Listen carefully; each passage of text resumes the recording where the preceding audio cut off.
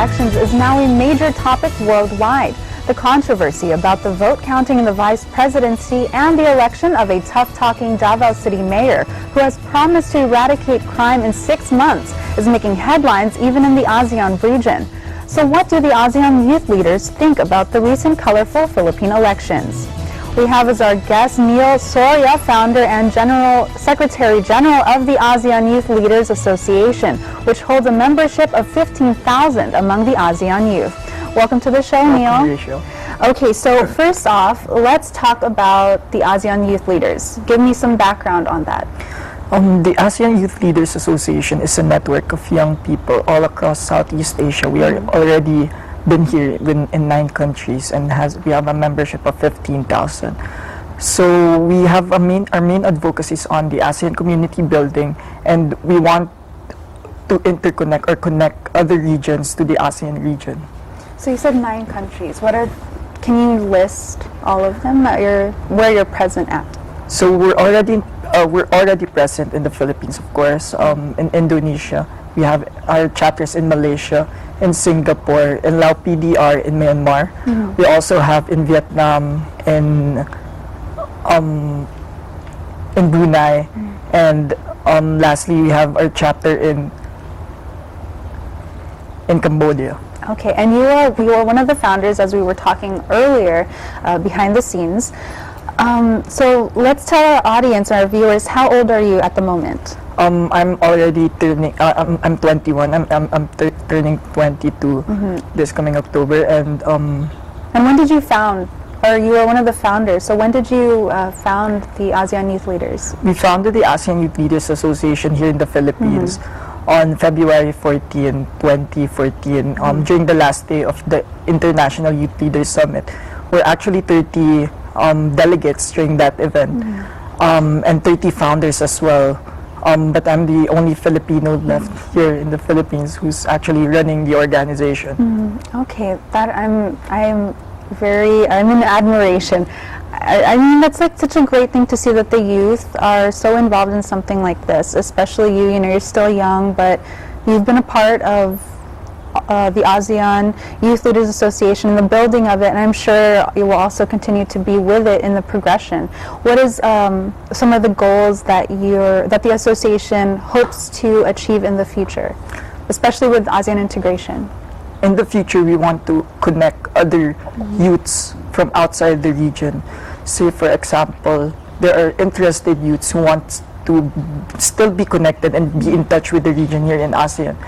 We want to put up islas in different chapters all around the world and just connect them with the youths here in ASEAN and provide them with the opportunities so that they can still be in touch and they can get information if they want to visit more ASEAN, if other nationals wanted to come back or come and visit the region. So we want to be that main point of information dissemination, or we want to be that platform to disseminate the information from the region to outside the region. Okay, so let's go into the recent elections. So the ASEAN Youth Leaders, can you tell me what is your viewpoint as far as I said, it's the Philippine elections just happened recently, and they're doing the vote counts. Duterte is most likely, obviously, going to win. Yeah. So, can you tell us a little bit of what are the implications of his presidency? So, there are several issues that we had discussed earlier off camera regarding the South China Sea issue, which is really big, even before the elections happened, and also the Sabah issue. So, let's talk first about the South China Sea issue. All right. So, during Duterte's presidency, we want to see him either continue or push for more on the arbitration case which is filed by the Philippines, or change what the government has done on the filing, or we want to see, or the people is looking forward to seeing him push it. Push for multilateral or bilateral talks with China.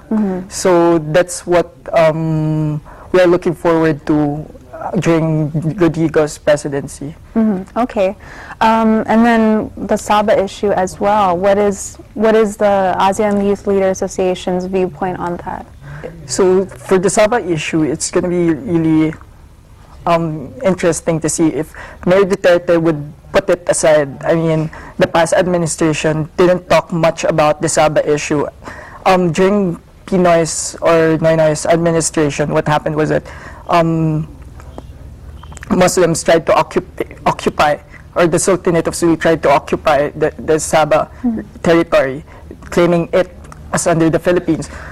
We want to see if Mayor Duterte would actually do something about it, have multilateral, unilateral talks with or bilateral talks with Malaysia, or will he also set it aside?